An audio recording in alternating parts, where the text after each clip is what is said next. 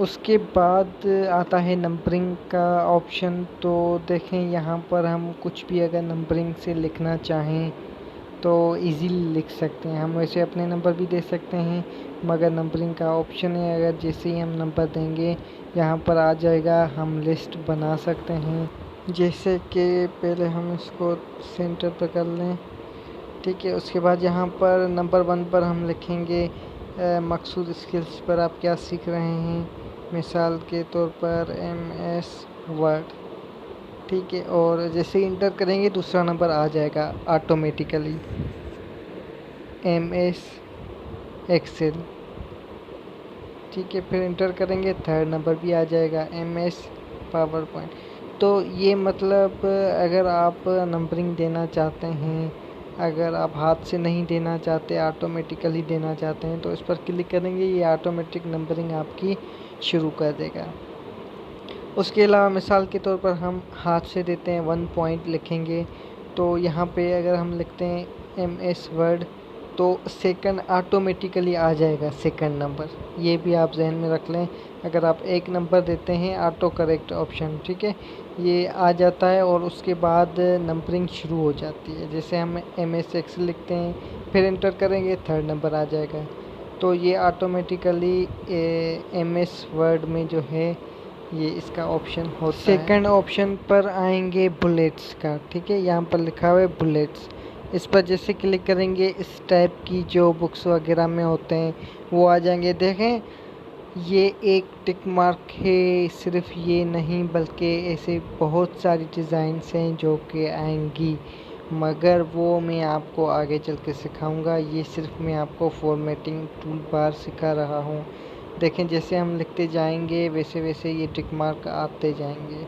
ये है बुलेट वाला आइकन, ठीक है। तो ये बुलेट्स होती हैं, कुछ इनकी डिज़ाइंस होती हैं, वो इंशाल्लाह मैं आपको आगे चल के सिखाऊंगा। देखें ये आपने बुक्स वगैरह में देखे होंगे या किसी जगह पर, ये कुछ नोटिस होते हैं या फिर कुछ टास्क्स होते हैं, उसमें ये बुलेट्स मिलती हैं, ठीक है। उसके बाद हम दूसरे ऑप्शन पर आते हैं, डिक्रीज इंडेंट और इंक्रीज इंडेंट, ठीक है। तो ये क्या चीज़ें होती हैं, जब हम कोई एप्लीकेशन बनाते हैं या कोई लेटर बनाते हैं तो उसमें आप देखते होंगे कि यहाँ पर स्केल का काम होता है। देखें 1 इंच जो होता है वो एक लाइन जो फर्स्ट होती है उसका आगे होता है, ठीक है, 1 इंच के लिए। तो ये हम जब एप्लीकेशन या लेटर्स लिखेंगे तो उसमें इंशाल्लाह मैं आपको ज़रूर समझाऊंगा। तो आगे चलते हैं। देखें जो चीज़ें मैं आपको सिखा रहा हूँ याद करने की ज़रूरत नहीं है। क्यों नहीं है ये भी मैं आपको आगे सिखाऊंगा कि जो जो चीज़ें मैं आपको सिखा रहा हूँ मैं क्यों कह रहा हूँ कि ये याद करने की ज़रूरत नहीं है, क्योंकि ये इतना मुश्किल नहीं है, बहुत ही ईजी है। मैं आपको ट्रिक्स बताऊंगा कि इनको याद कैसे करना है। हालांकि याद तो करना ही नहीं है, मैं आपको इंशाल्लाह समझाऊंगा आगे चल के। इसके बाद हमारा नेक्स्ट ऑप्शन जो है उसका नाम है आउटसाइड बॉर्डर्स।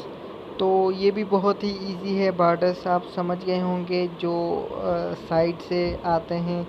तो इसमें क्या होता है कि आप स्क्वायर जैसा बॉर्डर भी दे सकते हैं, और अगर उसके अलावा आप चाहें तो इसको आप इस तरह से, सॉरी इस तरह से नहीं बल्कि इस तरह से जो है साइड से दे सकते हैं। और अगर आप चाहें तो इस तरह से आप ऊपर भी दे सकते हैं, इस तरह से आप नीचे भी दे सकते हैं। तो इंशाल्लाह जब हम एक एक्टिविटी करेंगे इस तरह से, जब हम एक्टिविटी करेंगे तो ये सारी चीज़ों पर जो है हम वर्क करेंगे। तो नेक्स्ट ऑप्शन पर चलते हैं, ये है हमारा हाईलाइट येलो। तो देखें आपको पता होगा कोई भी बड़ा सा पेज होता है उसमें हमें कोई भी चीज़ हाईलाइट करनी होती है तो हम येलो मार्कर का इस्तेमाल करते हैं। इसी तरह से आप अगर कोई भी चीज़, कोई भी वर्ड्स, कोई भी लेटर्स आप हाईलाइट करना चाहते हैं उसको सिलेक्ट करें और फिर यहाँ पर प्रेस करेंगे तो ये हाईलाइट हो जाएंगे। अगर आप यहाँ से कलर सिलेक्ट करते हैं, जैसे कि यहाँ पे मैं ग्रीन करता हूँ, उसके बाद आप वर्ड सिलेक्ट कर लें, ये देखें ग्रीन हो गए। उसके बाद हम करेंगे ब्लू। जैसे ही हम यहाँ पर सिलेक्ट करेंगे इसको, ये ब्लू में हो जाएगा। तो इसको हम एक तरफ से बैकग्राउंड कलर भी कह सकते हैं, मगर ये हाईलाइट इसको कहा जाता है, तो हम हाईलाइट ही कहेंगे। देखें, आपको पता होगा कि हाइलाइटर का जो यूजेज है वो हम अपनी ज़िंदगी में करते रहते हैं। कोई बड़ा सा लेटर होता है या कोई ऐसी चीज़ न्यूज़पेपर में होती है जिसको हमें हाईलाइट करना होता है, तो हम येलो मार्कर का यूज़ करते हैं। तो उसके बाद आता है कलर, फ़ॉन्ट्स कलर, जो कि आपको पता है कि ये सारे कलर्स हैं, ठीक है।